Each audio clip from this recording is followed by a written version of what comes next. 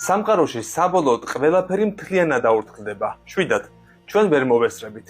სტივენ ჰოკინგის ცნობილი თეორიის თანახმად, დროთა განმავლობაში შავი ხვრელები ორთქლდება და თანდათან მასას კარგავენ. სანამ თეორიას გავშლი, ჯერ მოკლედ ვიტყვი, რა არის მოვლენათა ჰორიზონტი. შავი ხვრელის საზღვარია. ის სივრცე-დროის იმ არის საზღვარია, რომლიდანაც გამოსვლა შეუძლებელია. მოვლენათა ჰორიზონტი არის სინათლის სხივის ტრაექტორია, რომლის გასწვრივ ის შავი ხვრელიდან თავის დაღწევას ცდილობს. სინათლის სხივებს, რომლებიც შავი ხვრელის საზღვარს ქმნიან, მოვლენათა ჰორიზონტში არასდროს შეუძლიათ ერთმანეთთან მიახლოება. ამიტომ მოვლენათა ჰორიზონტის არე შეიძლება უცვლელი დარჩეს ან გაიზარდოს დროის მიხედვით, მაგრამ არასდროს შემცირდება. თუმცა როგორც ჩანს, მოვლენათა ჰორიზონტი ამ პროცესში შეიძლება არც ისე კრიტიკულ როლს ასრულებდეს. ახალი კვლევა ჩაატარეს ნიდერლანდელმა ასტროფიზიკოსებმა. მოკლედ მოგიყვები. სამყარო ძალიან ნელა, მაგრამ მაინც ორთქლდება.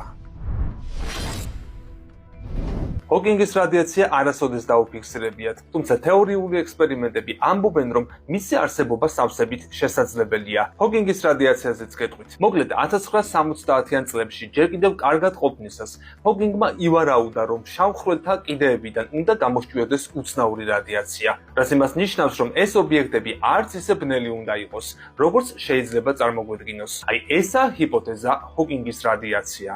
თუკი შავ ხვრელთა შესახებ რაიმე იცით, ალბათ გსმენიათ, რომ ისინი კოსმოსური მტვრის სასრუტებია, გრავიტაციულად შთანთქავენ ყველაფერს ახლომახლოს, დაუოკებელი სიხარბით.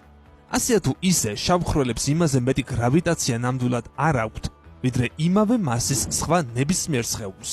ის, რაც მათ გამოარჩევს, არის სიმკვრივე. დიდი ოდენობით მასა თავმოყრილია ძალიან პატარა სივრცეში. ამ მკვრივ ობიექტთან გარკვეულ სიახლოვეში გრავიტაციული მიზიდვა იმდენად ძლიერი ხდება, რომ მის წინაშე უძლურია მეორე კოსმოსური სიჩქარე. საკმარისი არ არის არაფერი სამყაროში, ყველაზე ჩქარი რამ, სინათლის სიჩქარეც კი. ამ სიახლოვეს მოვლენათა ჰორიზონტს უწოდებენ. დიდი შავი ხვრელები ცივ ნათებას ისე უნდა ანათებდნენ, რომ მისი დაფიქსირება ძნელი იქნებოდა. რის გამოც შავი ხვრელი მის ენერგიას თანდათან დაკარგავს მასის სახით. ოღონდ ამას გაცილებით დიდი დრო დასჭირდება. ნებისმიერ საკმარისად მკვრივ და მასიურ ობიექტს შეუძლია წარმოქმნას სივრცე-დროის მნიშვნელოვანი გამრუდება. არსებითად ამ ობიექტთა გრავიტაციული ველი მათ გარშემო სივრცე-დროის გამრუდებას იწვევს. ამის ყველაზე ექსტრემალური მაგალითია შავი ხვრელები. მაგრამ სივრცე-დრო სხვა მკვრივ მკვდარ ვარსკვლავთა გარშემო მრუდდება, მაგალითად ნეიტრონული ვარსკვლავების და თეთრი ჯუჯების, ასევე უკიდურესად მასიური ობიექტების, მაგალითად გალაქტიკათა